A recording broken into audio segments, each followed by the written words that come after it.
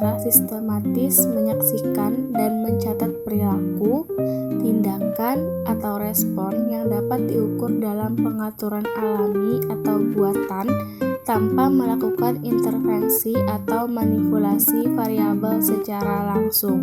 Contoh, observasi adalah tindakan secara cermat mengamati dan mencatat informasi tentang suatu fenomena atau perilaku.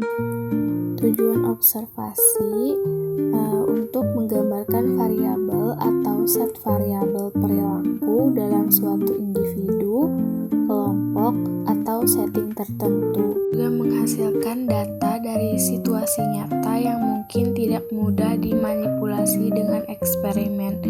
Contohnya kayak melihat interaksi anak-anak di playground. Jadi fungsi observasi ada 3. Pertama, fungsi deskriptif, yaitu mendeskripsikan perilaku seperti apa yang terjadi dalam setting tertentu. Yang kedua adalah fungsi diagnostik atau evaluatif, digunakan dalam psikologi klinis atau pendidikan untuk mengevaluasi status atau perkembangan perilaku. Yang ketiga adalah fungsi pengembangan teori atau penelitian. Observasi menjadi basis empiris dalam penelitian psikologi untuk memahami perilaku manusia secara langsung. Jenis-jenis observasi berbagai macam, klasifikasi observasinya dalam psikologi atau penelitian perilaku, diantaranya partisipan versus non-partisipan. Kalau partisipan itu peneliti mengambil peran aktif dalam kelompok yang diamati, sedangkan non-partisipan itu peneliti mengamati dari luar, tidak ikut serta secara aktif. Ada juga naturalistik versus terstruktur. Naturalistik itu pengamatan dilakukan di setting alami tanpa manipulasi variabel oleh peneliti.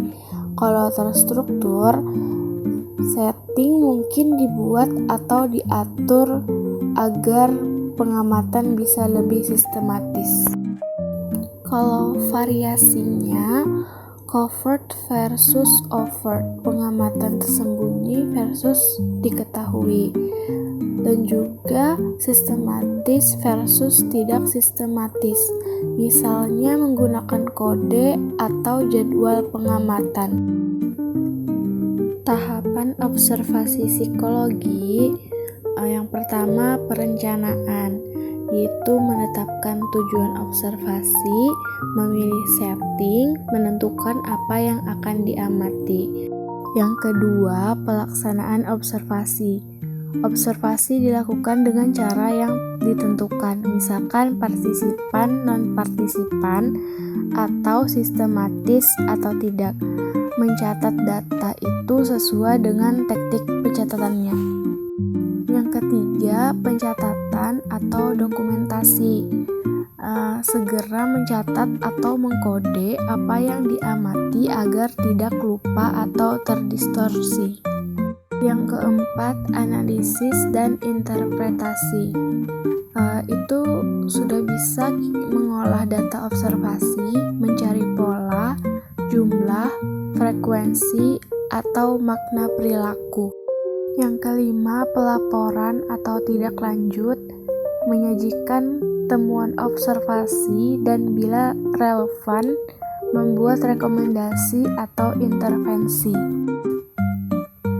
Ada teknik pencatatan observasi yang umum digunakan seperti checklist, daftar perilaku atau karakter yang telah ditetapkan diamati ada atau tidak, running record, pencatatan secara lengkap dan berurutan semua kejadian atau perilaku dalam periode tertentu.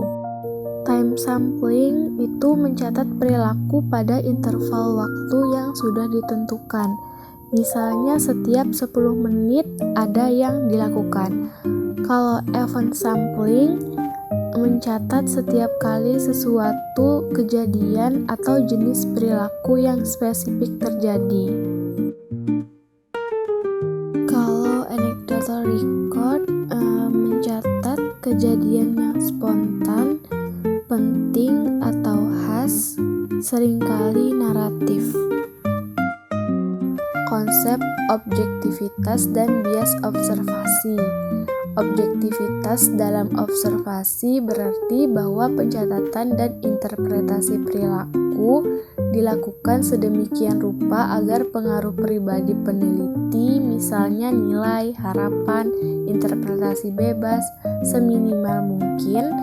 Data bisa dipercaya dan dapat direplikasi. Beberapa literatur menekankan bahwa sistematik penggunaan kode pelatihan pengamat penting untuk menjaga objektivitas. Observer bias ketika harapan atau prasangka pengamat mempengaruhi apa yang dicatat atau bagaimana dicatat.